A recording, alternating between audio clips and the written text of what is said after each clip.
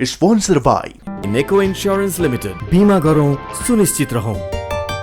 LIC Nepal, जीवन रहँदा पनि जीवन पश्चात पनि। उमेरमा कमाऊ जमाऊ, बुढेसकालमा मजाले रमाऊ।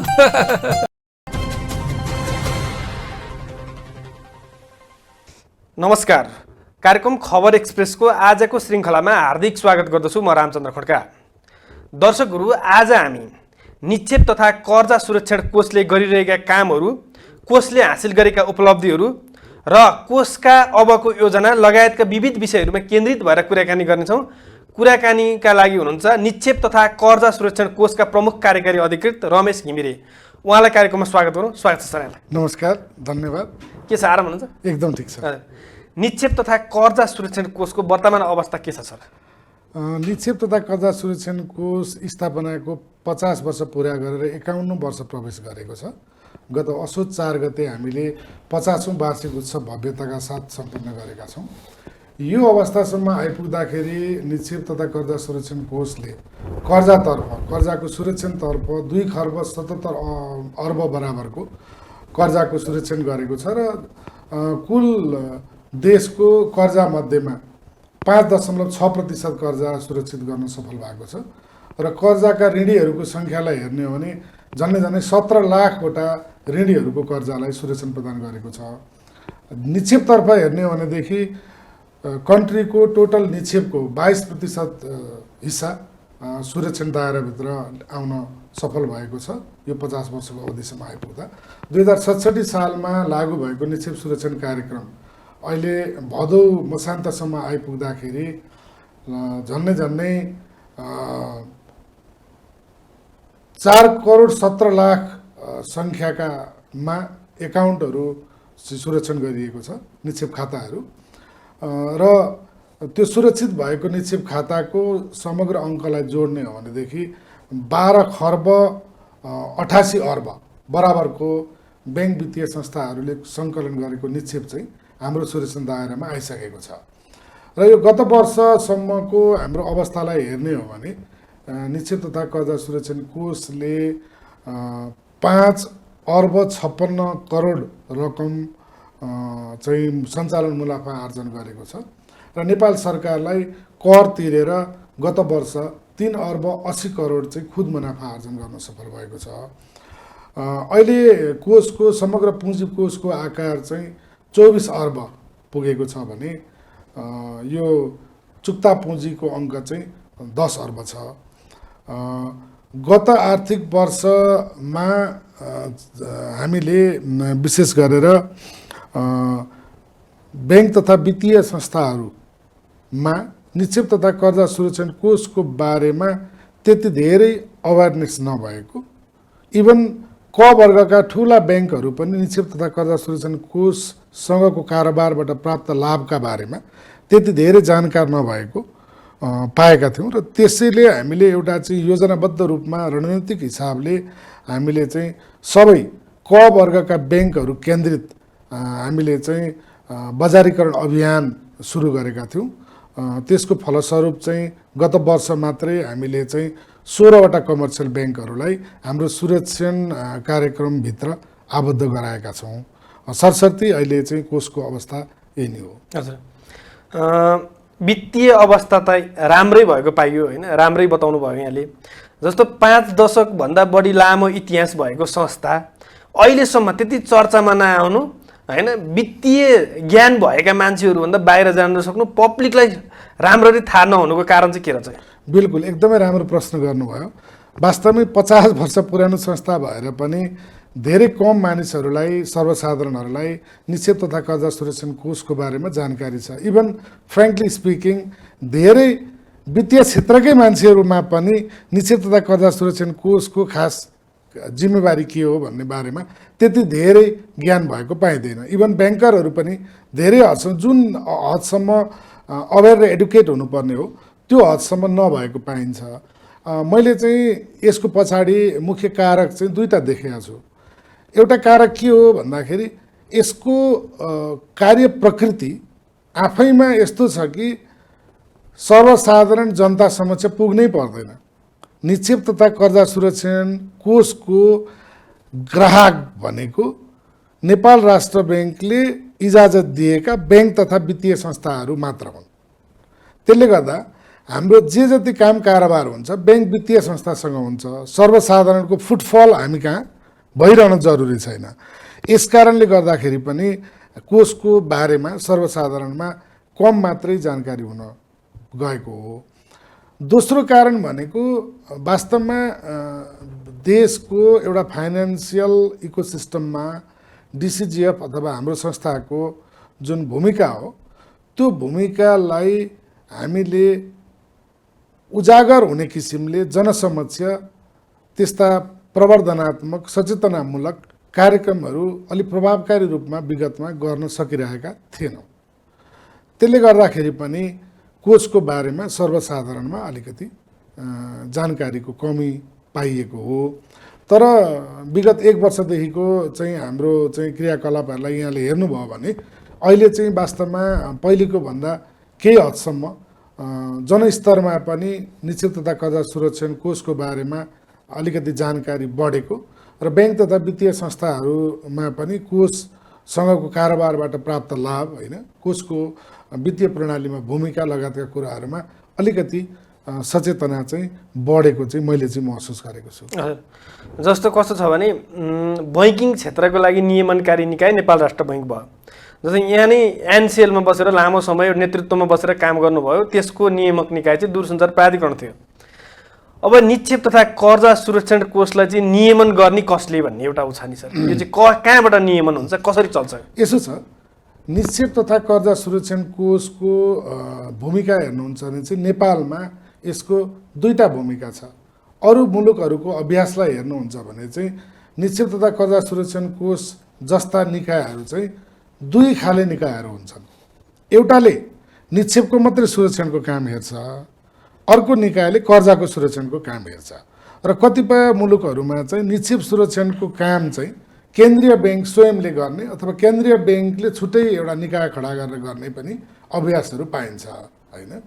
यसले गर्दाखेरि चाहिँ केन्द्रीय ब्याङ्क स्वयंले नियामक रहेर पनि यसको चाहिँ सञ्चालन भइरहेको कतिपय ठाउँहरूमा देखिन्छ निक्षेपको हकमा होइन।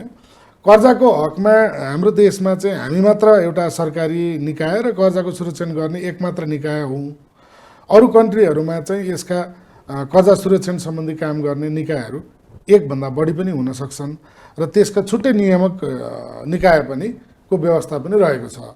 हाम्रो देशको सन्दर्भमा हेर्ने हो भने चाहिँ निक्षेप तथा कर्जा सुरक्षण कोषका 2टै निक्षेप सुरक्षण र कर्जा सुरक्षण 2टै काम कारबाहीहरूको एउटा नियामकीय अथवा अभिभावकीय भूमिका चाहिँ नेपाल सरकार अर्थ मन्त्रालयको छ।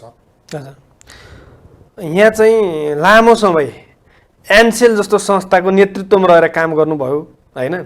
धेरै त्यो बेला चर्चा पनि भयो एनसेल जस्तो एउटा आकर्षक ठाउँको चाहिँ रोजगार छोडेर कर्जा तथा सुरक्षण कोषको सिइओ भनेको अब सरकारी संस्था हो, प्रोटोकलको हिसाबले राम्रै होला तर सेवा सुविधाको हिसाबले त्यति आकर्षक नमानिने ठाउँ हो।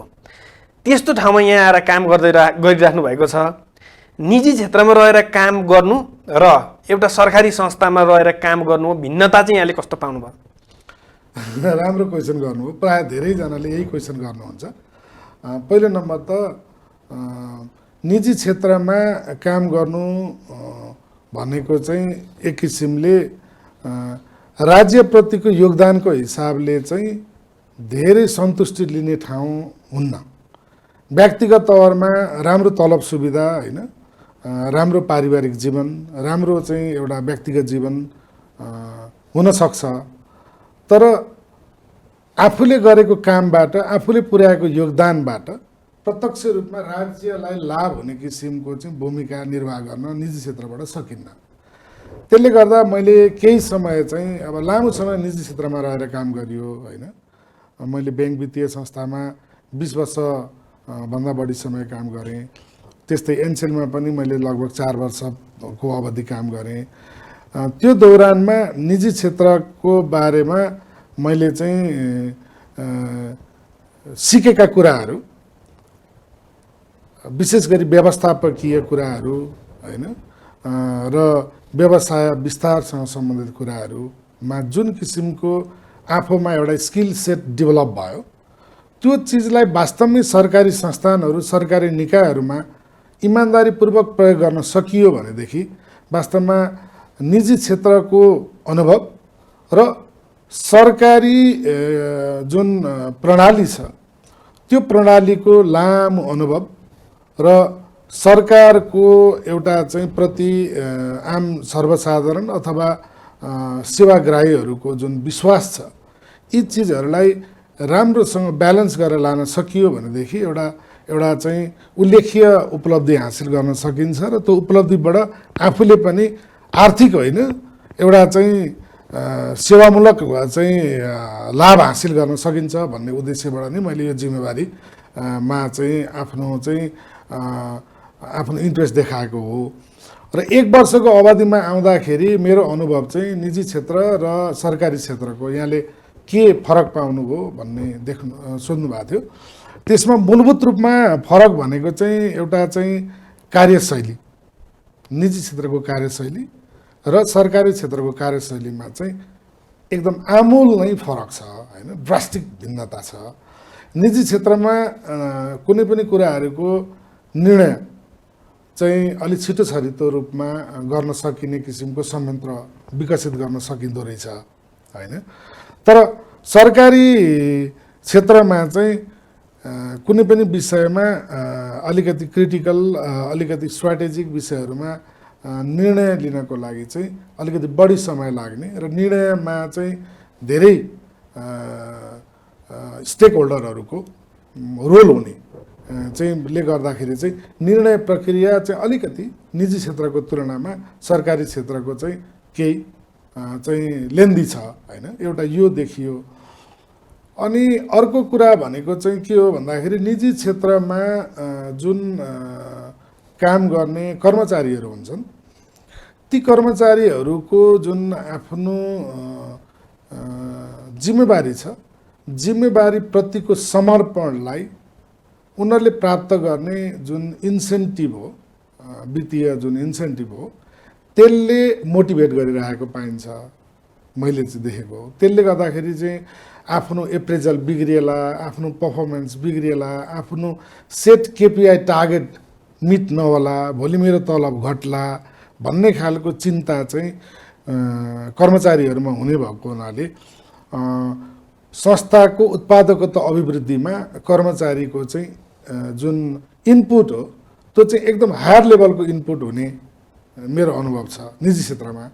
तर सरकारीमा चाहिँ रिवार्ड र इन्सेन्टिभ चाहिँ राम्रो काम गरे पनि नगरे पनि, प्रोएक्टिभ भए पनि, प्यासिभै भए पनि, जिम्मेवारीको काम निपुणताका साथ गर्ने, एक्स्ट्रा इनिसिएसन नलिए पनि हुने किसिमको चाहिँ एउटा वर्क कल्चर विकसित भएको हुनाले गर्दाखेरि चाहिँ जुन लेभलबाट कर्मचारीहरूको इनपुट संस्थालाई प्राप्त हुनुपर्ने हो निजी क्षेत्रमा जस्तो चाहिँ इनपुट चाहिँ अलिकति कम प्राप्त हुने देखिएको छ एउटा। अर्को फरक चाहिँ मूलभूत फरक भनेको चाहिँ मैले चाहिँ पोजिटिभ कुराहरू गर्नु पर्दाखेरि चाहिँ सरकारी संयन्त्रको जुन सिस्टम छ, जुन प्रोसिड्युर छ, जुन नीति नियमहरू छन् हैन, गभर्नेन्स सिस्टम छ हैन, त्यो चाहिँ एकदमै राम्रो छ निजी क्षेत्रको भन्दा हैन। जस्तो कर्मचारीको छनौट प्रणालीकै कुरा गरौँ हैन, निजी क्षेत्रभन्दा असाध्यै राम्रो छ।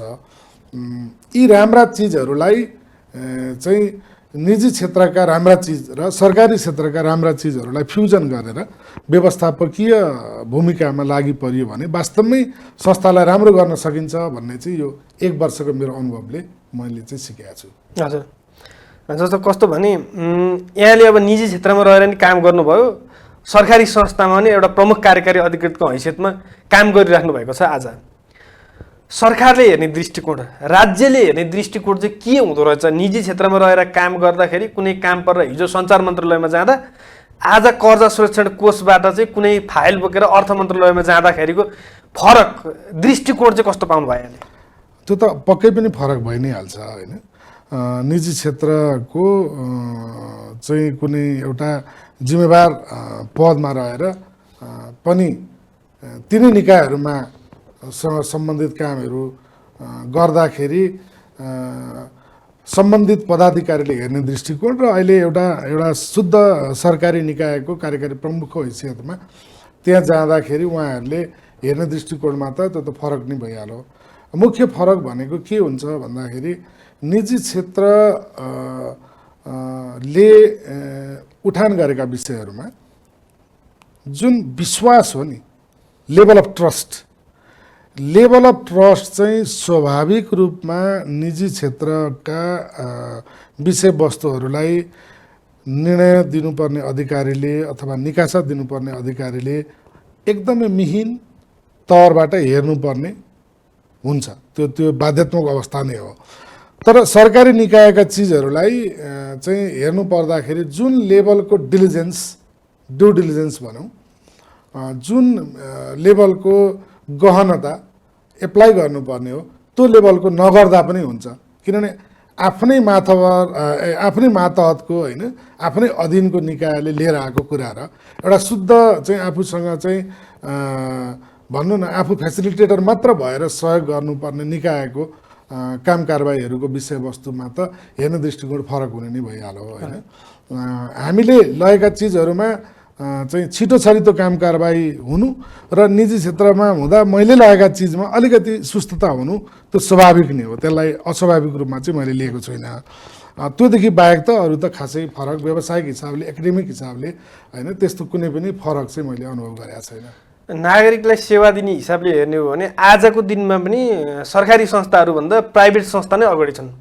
उदाहरणको लागि जस्तो नेपाल बैङ्कमा एउटा लोनको लागि गयो भने 3 महिना नि लाग्न सक्छ होइन। एउटा प्राइभेट विकास बैङ्कमा गयो भने 3 दिनमा डिसिजन हुन्छ, हुने नहुने उसले गरेर पठाइदिइसक्छ। जस्तो यहाँ एनसेलमा रहँदा अथवा निजी क्षेत्र, एनसेल मात्र पनि नाम धेरै नल्याउँ, निजी क्षेत्रमा रहेर काम गर्दा होइन आजको आजै डिसिजन होइन समयभित्र चाहिँ काम गरेर पठाउने एक्टिभली काम गर्ने मान्छे आज सरकारी संस्थामा गइसकेपछि हिजोकै जस्तो एक्टिभ भएर काम गर्नुपर्छ भन्ने यहाँलाई लाग्छ कि अब सरकारी पारा न हो होइन जसो तसो गरौँ भनेर यहाँले कसरी काम गर्दै हुनुहुन्छ अहिले? यस्तो हुन्छ, अब सरकारी जिम्मेवारीमा आउनुको पछाडिको मैले अघि उद्देश्य भनि नै हालेँ होइन। मेरो उद्देश्य भनेको सरकारी जिम्मेवारीमा रहेर राज्यलाई भिजिबल हुने खालको कुनै योगदान गर्न सकौँ भन्ने मेरो अभिलाषा हो होइन। यदि मैले चाहिँ एकदमै जागिर मात्रै खाने मानसिकता लिएर चाहिँ यहाँ आएको भएदेखि यहाँले भनेको जस्तो हुन सक्थ्यो होला होइन। मेरो आफ्नो उद्देश्य भनेकै केही गरौँ र केही देखाउँ भन्ने भएको हुनाले गर्दा म 24 घन्टा यो संस्थाको त्यो 10 to 4 मात्रै होइन कि 24 घन्टा 10 to 5 भनौँ, 24 घन्टा चाहिँ यो संस्थालाई कसरी अगाडि बढाउन सकिन्छ, यसलाई कसरी सुधार गर्न सकिन्छ होइन भन्ने हिसाबले म तल्लीन हुन्छु। र म मात्र होइन, मेरो समग्र टिमलाई नै मेरो लयमा हिँडाउनको लागि होइन, उनीहरूलाई एकदमै प्रोएक्टिभ बन्नको लागि, आफ्नो काममा चाहिँ अग्रसरता देखाउनको लागि, छिटो छरितो सेवा प्रवाहको लागि, चुस्त दुरुस्त सेवा प्रवाहको लागि म जहिले पनि प्रोत्साहित गर्ने काम गर्छु होइन। र यहाँले भन्नुभएको जस्तो ब्याङ्कहरूमा हुने काम कारबाही होइन, निजी क्षेत्रका कम्पनीहरूमा सेवाग्राहीहरूले प्राप्त गर्ने सेवा सुविधाहरू जुन एकदमै छोटो समयमा चाहिँ प्राप्त हुने भन्ने कुराहरू गर्नुभएको छ र हाम्रोमा केही लामो समय लाग्ने, यसमा केही प्रक्रियागत कुराहरू पनि जिम्मेवार छन्। तर मूलत मैले देखेको भने चाहिँ के हो भने निजी क्षेत्र र खास गरी ब्याङ्कहरूको कुनै पनि काम कारबाही अहिले पूर्णतः अटोमेट भइसकेको छ। उनीहरूले म्यानुअल इन्टरभेन्सनबाट काम गर्नै पर्दैन, अटोमेटेड छ। त्यो अटोमेटेड इन्भाइरोमेन्टबाट दिइने जुन सेवा हो त्यो सेवा पक्कै पनि छिटो छरितो हुने नै भयो। हामी चाहिँ अलिकति प्रविधिको उपयोगमा सरकारी निकायहरू अलिकति पछि नै भएको कारणले गर्दाखेरि हामी जुन पेसमा निजी क्षेत्रले सर्भिस क्याटर गर्छ त्यो पेसमा सर्भिस चाहिँ क्याटर गर्न त्यति सक्दैनौँ। र मेरै संस्थाको कुरा गर्नुहुन्छ भनेदेखि चाहिँ हाम्रो अहिले मुख्य चाहिँ फोकस भनेकै कसरी सेवा प्रवाहलाई चुस्त दुरुस्त र एकदम छिटो छरितो बनाउने भन्ने हो।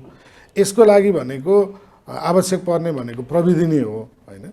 त्यो प्रविधिको उपयोग गरेर चाहिँ सकेसम्म एकदम छिटो टर्नओभरमा सेवा प्रवाह नै हाम्रो चाहिँ मेन चाहिँ अहिलेको प्रायोरिटी हो। हजुर, जस्तो यहाँले भन्नुभयो यो संस्थामा आउनुको उद्देश्य भनेको राज्यको लागि केही गरौँ जनताको लागि केही दिउँ सकेको कुराहरू जुन यहाँले पवित्र उद्देश्य भन्नुभयो, यहाँले जुन उद्देश्य लिएर आउनुभएको थियो त्यो उद्देश्यहरू पुरा हुने गरी कसरी काम गर्नुभयो, के उद्देश्यहरू पुरा भयो, अब के बाँकी छ? एकदम राम्रो कुरा। के हुन्छ भन्दाखेरि उद्देश्य लिइसके पछाडि त्यो उद्देश्य अनुरूपका माइलस्टोनहरू तत्कालै हासिल हुन्छ भन्ने कुरा चाहिँ हुँदैन। तर म केमा सन्तुष्ट छु भन्दाखेरि यो 1 वर्षको अवधिमा यहाँले भने जस्तो मैले इन्भिजन गरेका कुराहरू र हासिल उपलब्धिहरू त्यसको मेजरमेन्टबाट वे फरवर्ड अब म वास्तवमै मेरो लक्ष्यमा पुग्न सक्छु कि सक्दिनँ त भन्ने चिजलाई एस्पायर गर्ने हो, आश गर्ने हो होइन। र अहिलेसम्मको उपलब्धिलाई हेर्दाखेरि चाहिँ म वास्तवमै सही ट्र्याकमा छु भन्ने मैले चाहिँ अनुभूत गरेको छु। यो भनेको चाहिँ के हो भन्दाखेरि हो यहाँले भने जस्तो 1 वर्ष भयो के गरिस् त डिसिजिएफमा भन्दा भिजिबल कुराहरू अहिले देखाउन सक्ने कुराहरू कम होलान्। तर के कुरामा चाहिँ अब हामीले मार्ग प्रशस्त गरेका छौँ त भन्दाखेरि यो संस्थालाई हामीले देखेको जुन भिजन छ त्यो भिजन अनुसार गन्तव्यमा डोर्याउनको लागि यो 1 वर्षको अवधिले चाहिँ धेरै माइलस्टोनहरू एचिभ गरिसकेको छ। यहाँलाई भनौँ संस्थाको नेतृत्व सम्हालेपछिको मेरो फर्स्ट एन्ड फोरमोस्ट प्रायोरिटी भनेको चाहिँ के थियो भन्नुहुन्छ भने नीतिगत सुधार, कार्यक्षेत्र विस्तार, साङ्गठनिक संरचनामा सुधार, कार्य वातावरणमा सुधार, कर्मचारीहरूको मनोबलमा वृद्धि होइन, यी कुराहरूलाई चाहिँ पहिलो प्रायोरिटी सेट गरिएको थियो र नेपाल सरकारसँगको मेरो सम्झौतामा पनि त्यही कुराहरूलाई चाहिँ बढी फोकस दिएको थियो। ती चिजहरू धेरै हदसम्म अहिले हासिल भइसकेका छन्। लामो समयदेखि अड्किएका कर्मचारीका बढुवाका कुराहरू सबै सकिएका छन् होइन। नीतिगत तौरबाट यो संस्थाको जुन कार्यक्षेत्र हो त्यसलाई विशेष गरी कर्जासँग सम्बन्धित कार्यक्षेत्रलाई विस्तारित गर्नको लागि नियावलीमा भएका प्रावधानहरू बाधक थिए। नियावली संशोधन भएर क्याबिनेटबाट पास भइसकेका छ होइन। अब हामी संशोधित व्यवस्था अनुसार ब्याङ्क वित्तीय संस्थाको अहिलेको एकदम समसामयिक सुरक्षण आवश्यकता के हो होइन, विश्वव्यापी रूपमा हामी जस्ता संस्थाहरूले के कस्ता सुरक्षण कार्यक्रमहरू सफल रूपमा कार्यान्वयन गर्दै आइरहेका छन् त्यो चिजहरूलाई पनि हेरेर नेपाली माटो सुहाउँदो, नेपाली परिवेश सुहाउँदो किसिमका नयाँ नयाँ सुरक्षण कार्यक्रमहरू तर्जुमा गर्न सक्ने अवस्थामा पुगेका छौँ, जुन चाहिँ 1 वर्ष अगाडि थिएन। जति पनि कार्यक्रम सुरक्षण कार्यक्रमहरू थियो त्यो सबै नियावलीमा परिभाषित थिए। नियावलीमा परिभाषित भएको कार्यक्रमभन्दा छुट्टै नयाँ किसिमको कार्यक्रमहरू तर्जुमा गर्न सकिने ठाउँ थिएन। त्यो अब बाटो खुलेको छ। त्यस्तै गरेर अहिले चाहिँ हामीले मैले अघि यहाँलाई भने कमर्सियल ब्याङ्कहरूको हाम्रो कोषसँगको जुन सदस्यता हो त्यसको अवस्था अत्यन्तै कमजोर थियो। नगण्य सङ्ख्यामा मात्रै कमर्सियल ब्याङ्कहरू हामीसँग थिए। तर अहिले 16वटा कमर्सियल ब्याङ्कहरू हाम्रो चाहिँ सदस्यताभित्र आइसक्नु भएको छ होइन, आइसकेका छन्। ती कमर्सियल ब्याङ्कहरूबाट प्रवाह हुने कर्जा स्वाभाविक रूपमा साना ब्याङ्क वित्तीय संस्थाहरूबाट प्रभावित हुने कर्जाभन्दा बढी क्वान्टममा हुने भएको हुनाले हाम्रो सुरक्षण कार्यक्रमको दायरा स्वतः अब आगामी दिनमा एकदमै विस्तारित भएर जाने कुराको जग तयार भएको छ होइन। यो एकदमै ठुलो कुरा हो। अहिले के हो भन्ने कुरा हेर्नुहुन्छ भने आजै नदेखिएला होइन। कर्जा लगानी भनेको ग्रेजुअल चिज हो र ग्रेजुअली कर्जा लगानी गर्दै जाँदा हाम्रो पनि एक्सपोजर ग्रेजुअली बढ्दै जाने र त्यसबाट हामीलाई चाहिँ जुन रेभेन्यूको सोर्स हो त्यो रेभेन्यूको सोर्स पनि क्रिएट हुँदै जाने र अहिलेसम्मको अवस्था भनेको हाम्रो सुरक्षण कार्यक्रमहरूमा 70% भन्दा बढी एक्सपोजर चाहिँ घ वर्गका ब्याङ्क वित्तीय संस्थाहरूसँग थियो। अब यो ए बी र सी डी क्लासहरूमा पनि ए बी र सी क्लासका ब्याङ्क वित्तीय संस्थाहरूलाई पनि हाम्रो सुरक्षण दायराभित्र ल्याउने क्रमसँगै त्यो 70% को अधिकेन्द्रित कोषको जुन जोखिम हो त्यो वितरित हुन थालेको छ होइन। यसले गर्दाखेरि संस्थालाई भोलि गएर दिगो हिसाबले आफ्नो लक्ष्यमा पुग्नको लागि एकदमै बल पुग्ने चाहिँ हाम्रो अपेक्षा छ होइन। अब अर्को यहाँले लिन सक्नुहुन्छ हामीले चाहिँ विशेष गरेर 1 वर्षको दौरानमा यो संस्थाको जिम्मेवारी के हो? यो संस्थाले ब्याङ्क वित्तीय संस्थाहरूसँगको कारोबारबाट ब्याङ्क वित्तीय संस्थालाई प्राप्त हुन सक्ने लाभहरू के हुन्, जनतालाई यो संस्थाका काम कारबाहीबाट के लाभ हुन्छ होइन भन्ने बारेमा संस्थाको काम कारबाहीलाई प्रचार प्रसार गर्ने, यसलाई चाहिँ ब्याङ्क वित्तीय संस्थाका कर्मचारीहरूलाई सुसूचित गर्ने होइन लगायतका गतिविधिहरू पनि हामीले सुरु गरेका छौँ। हामीले जिङ्गल बनाएका छौँ, रेडियो जिङ्गल होइन, हामीले टिबिसी बनाएका छौँ अवेरनेसको लागि होइन। यस्ता चिजहरूमा पनि हामीले यो गएको 1 वर्ष चाहिँ हाम्रो ध्यान केन्द्रित गऱ्यौँ। अब चाहिँ यो सँगसँगै आगामी दिनमा चाहिँ वास्तवमै यहाँले भने जस्तो जनताकै तहमा डिसिजिएफ चिनिने किसिमले हामी चाहिँ पक्कै पनि नयाँ नयाँ सुरक्षण कार्यक्रमहरू लिएर आउने गरी चाहिँ तयारी गरिरहेका छौँ र त्यसपछि चाहिँ वास्तवमै जनतालाई नै यो संस्थाको बारेमा राम्रोसँग जनस्तरमा नै ज्ञान हुने हाम्रो अपेक्षा छ। हस्, यो व्यस्त समयमा नै हाम्रो स्टुडियोसम्म आइदिनु भयो, म यहाँलाई धेरै धेरै धन्यवाद दिन चाहन्छु। तपाईँलाई पनि धन्यवाद अवसरको लागि र सिङ्गो टिभी टुडे परिवारलाई यो नजिकै गएका सबै चाडबाडहरूको चाहिँ म हार्दिक शुभकामना व्यक्त गर्न चाहन्छु व्यक्तिगत तर्फबाट र निक्षेप तथा कर्जा सुरक्षण कोषको तर्फबाट पनि हार्दिक शुभकामना। हस्, दर्शकहरूलाई पनि शुभकामना। यहाँ लगायत यहाँका सहपरिवारलाई विजय दशमीको शुभकामना। धन्यवाद। दर्शकहरू, आज हामीले कुराकानी गऱ्यौँ निक्षेप तथा कर्जा सुरक्षण कोषका प्रमुख कार्यकारी अधिकृत रमेश घिमिरेसँग। कार्यक्रमको निर्धारित समय सकियो, बिदा दिनुहोस्, नमस्कार।